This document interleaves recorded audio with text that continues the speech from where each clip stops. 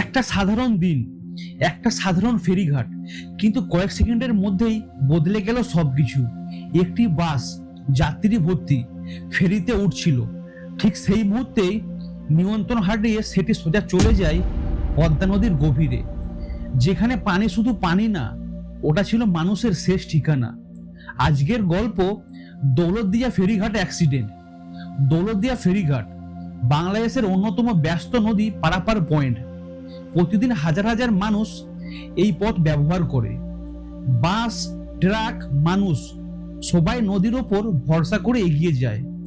কিন্তু এই নদী যতটা শান্ত মনে হয়, তার ভেতরে লুকিয়ে থাকে এক অদৃশ্য বিপদ। এখানে নিরাপদ মানে শুধু একটা শব্দ, বাস্তবে সেটা সবসময় নিশ্চিত নয়। সেদিন ছিল একটি সাধারণ দিন। একটি যাত্রীবাহী বাস ফেরিঘাটের দিকে এগোচ্ছিল। ভেতরে ছিল নারী, পুরুষ ও শিশু। সবাই নিজের গন্তব্যে যাচ্ছিল। কেউ বাজারে যাচ্ছিল, আবার কেউ বাড়ি ফিরছিল, কেউ আবার চাকরির উদ্দেশ্যে বের হয়েছিল। ফেরি তখন নদীর মাঝখানে।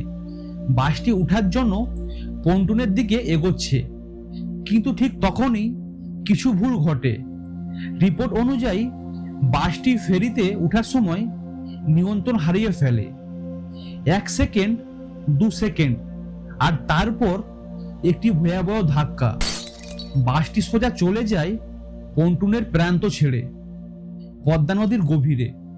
সেই মুহূর্তটা ছিল বিশৃঙ্খলা, চিৎকার, ভয়, পানির ঢেউ আর মানুষের প্রাণ বাঁচানোর চেষ্টা।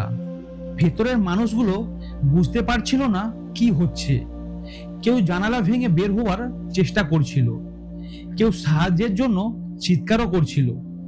কিন্তু নদীর পানি খুব দ্রুত সবকিছু ঢেকে দেয়। কয়েক সেকেন্ডের মধ্যেই বাসটি ডুবে যায়। ঘটনার পরপরই শুরু হয় উদ্ধার অভিযান।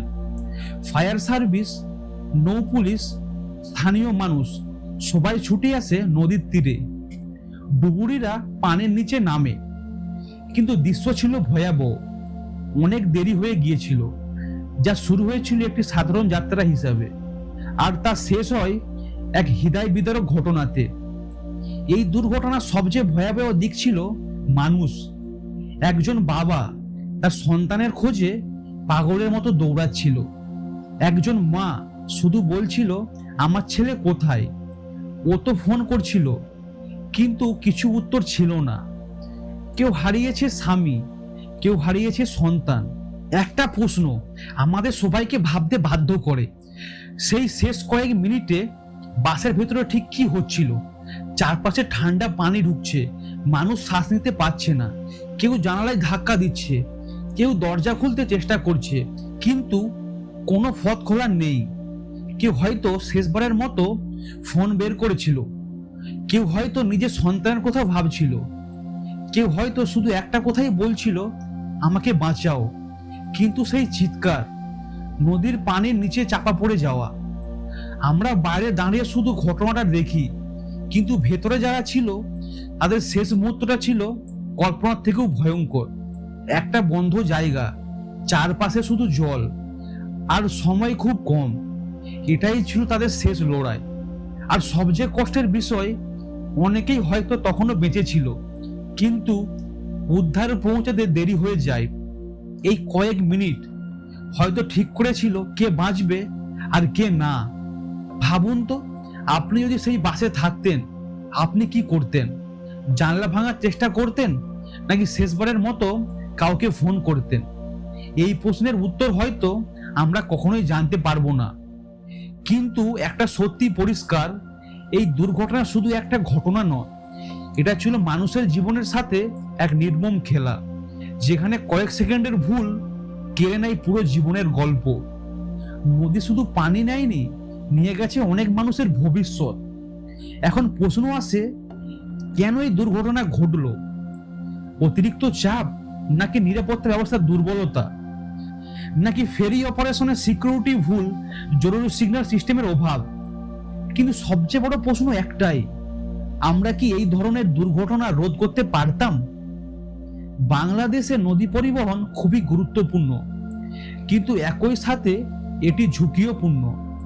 প্রতি বছর অসংখ্য মানুষ নদীপথের দুর্ঘটনায় প্রাণ হারায়। কিন্তু প্রশ্ন হলো, আমরা কি সত্যিই শিখছি, নাকি প্রতিবার দুর্ঘটনার পর আমরা শুধু শোক প্রকাশ করছি? এই ঘটনা আমাদের শেখায় নিরাপত্তা কখনো অবহেলা করা যায় না। মানুষের জীবন সবচেয়ে মূল্যবান। একটি ছোট ভুল একটি বড় বিপর্যয় ঘটাতে পারে। পদ্মা নদী আজও বয়ে যাচ্ছে, কিন্তু তার নিচে হয়তো এখনো আছে সেই গল্প যা কখনো শেষ করা হবে না। এই ছিল দৌলতিয়া ফেরিঘাটের ঘটনা। কিন্তু সত্যি কি শুধু এইটুকু গল্প, না এর পেছনে আরো কিছু লুকোনো আছে? আপনাদের কি মনে হয়? কমেন্টস করে জানাবেন।